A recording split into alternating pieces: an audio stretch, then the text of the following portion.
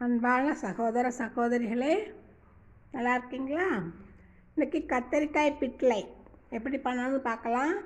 கத்தரிக்காய் 1/4 கிலோ, துவரம்பருப்பு 75 கிராம், கருவேப்பிலை மல்லி சேர்த்து 50 கிராம் போதும்.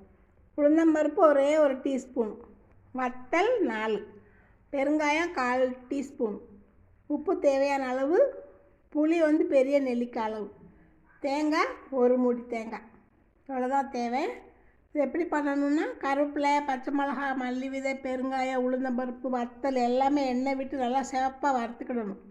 கத்திரிக்காயை கூட்டுக்கு நறுக்குவது மாதிரி நல்லா நறுக்கிடணும்.